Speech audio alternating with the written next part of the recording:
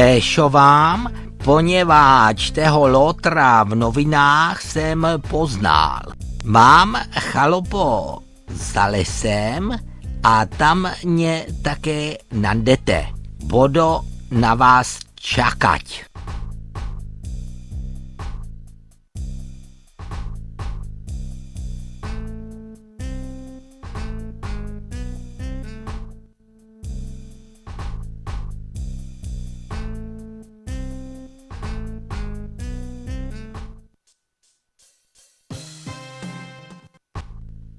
Do pytle, došel benzín, co teď?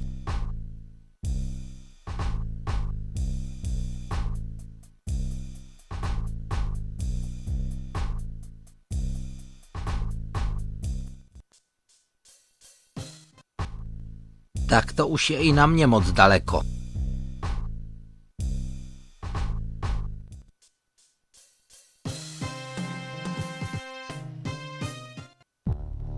Páni, to byla dálka.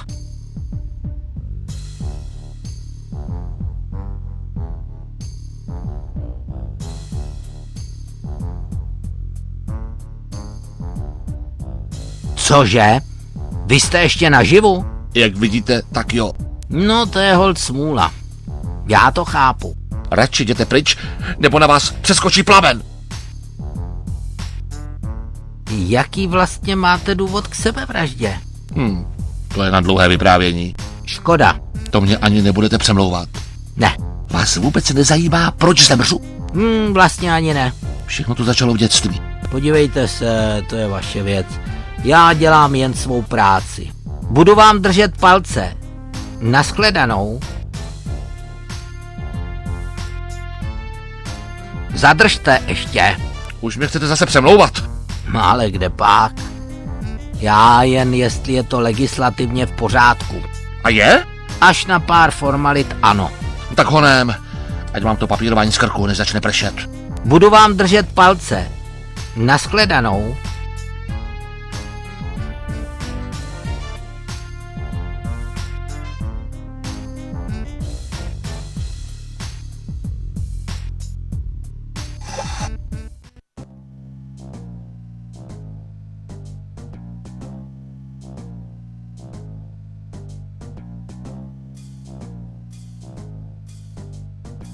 Prosím, ale vy už jste tu byl? Byl a... Koukám, že jste dostali barevný sprej. Kde pak? Včera jsem ho našla ve skladu. To nevá, já ho beru. 300 korun. Bylo mi potěšením vás obtěžovat.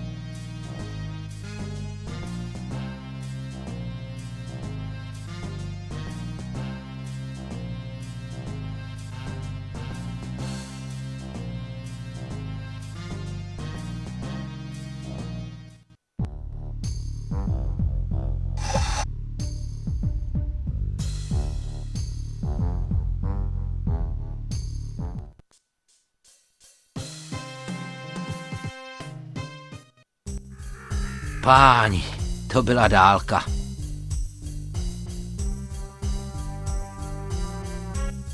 Tak jak to jde?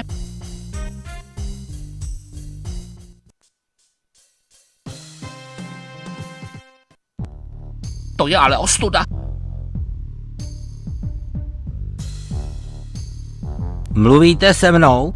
Ne, s tím troubou za váma. Ale za mnou nikdo není. No teď říkám, že je to ostuda. Klid, paní, asi jste byla dlouho na sluníčku. Udělala byste dobře, kdybyste na pár let zalezla dovnitř. A kdo by se staral o mé klokany? Zahynuli by beze mě žalem. Pořád lepší pár mrtvých klokanů, než stovky pošahaných jako vy, jen tam hezky zalezte. To víte, takový klokan potřebuje péči. My se vám už o ně postaráme, tak šup, zavřít okno a spát. Když myslíte, že to tak bude lepší, ale nezapomeňte, nafukovat 3krát denně. Nafukovat klokana? Kolik pak těch klokanů vlastně máte? No přece 6, jako apoštolů.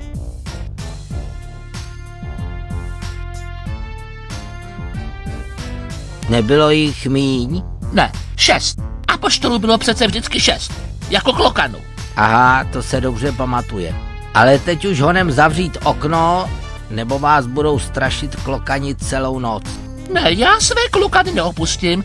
Vy byste je týral. Jak myslíte?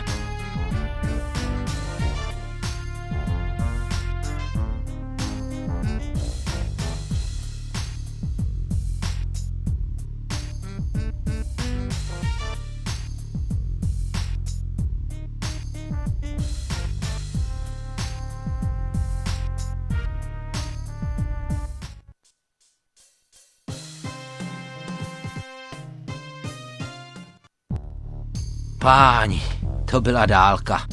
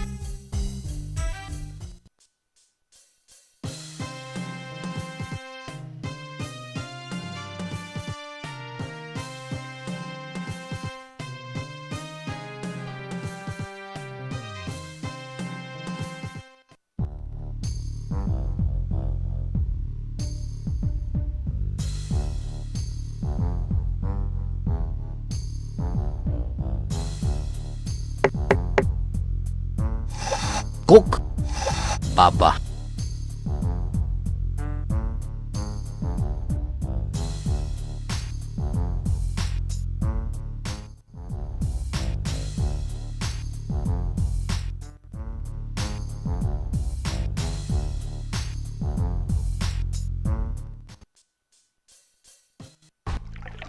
Páni.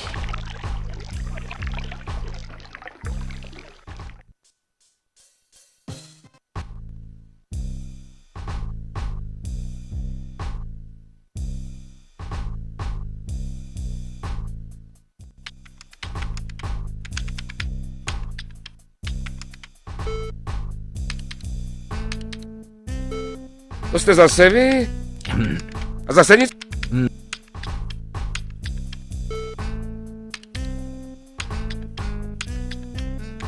Můžu ještě na slovíčko? Jasně, ale dělej, nemám moc času. Potřeboval bych něco otisknout. Zase? A co by to mělo být tentokrát? Ale vlastně nic.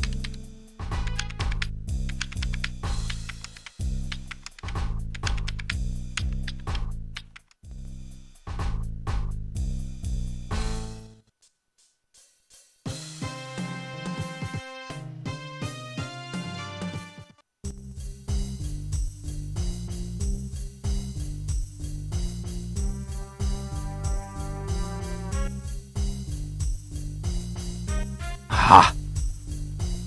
Jsi duch? Ne, ale ty jsi vrah. Když ty nejsi duch, tak já nemůžu být vrah. Na policajta až moc logiky. Na houmelesáka, který se znova narodil, zase moc drzosti. Na co tu vůbec čekáš? chci tě nahlásit pro pokus o vraždu. Z toho se hravě vykroutím. To by mě zajímalo. Jak?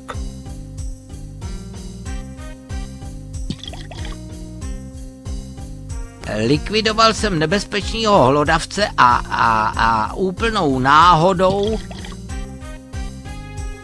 Jak jinak? jsem trefil popelnici. Zní to dobře, ne? Zní to slušně. Skvělý, no. Kdybych mohl, tak ti zatleskám. No, tak vidíš, tvoje žaloba by schořela jak papír. Přesto ji podám. Ale proč? Teď ti musí být jasný, že jsi bez šance. Blázné.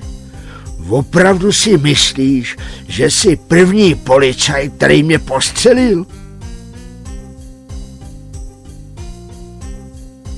Ne. Možná, že pod tou čepicí opravdu něco máš. Co tím myslíš? Beru zpátky. Zdá se, že si věříš. Vystudoval jsem práva. Opravdu? Co jsi teda dělal v té popelnici? Čekal jsem na troubu jako si ty. Z odškodného mi vždycky kápne nějaký balík. Je to něco jako právnická brigáda. Vážně si myslel, že v popelnicích žijou bezdomovci? Já nevycházím z úžasu. Ty ses chtěl nechat postřelit? Přesně tak. Můžu ti říct, že jsi byl nejrychlejší pitomec, který po mně kdy vystřelil. To je absurdní, nemůže ti to vyjít. Proč myslíš? Nemáš jediný důkaz. Tak schválně, jestli uhodneš, co je pod tou sádrou. Noha, Nepřekvapil si mě. je to špatně? Jak jinak? Abych to neprotahoval. Nosím v ní kovový pozdrav z tvojí bouchačky. Ty jsi si ji nenechal vyndat? Naivo. Přece nesvěřím corpus delicti. Pro tebe tedy předmět doličný do rukou lapiduchů. Můžu ji vidět? Ani omylem. To bys mě nejdřív musel dostat z té bundy. Žádný problém. Mám dojem, že bych ji taky mohl potřebovat. Přece bys nepoužil násilí. Ale proč ne? Určitě se na to těšíš. To ne? Druhý útok nebyl v plánu. Neboj, já tě nesklamu. Bundu dolů! Ovládej se. Bundu dolů! Mám ti pomoct? Pomoc! Já ti dám kulku. Ale ta bunda se hodí.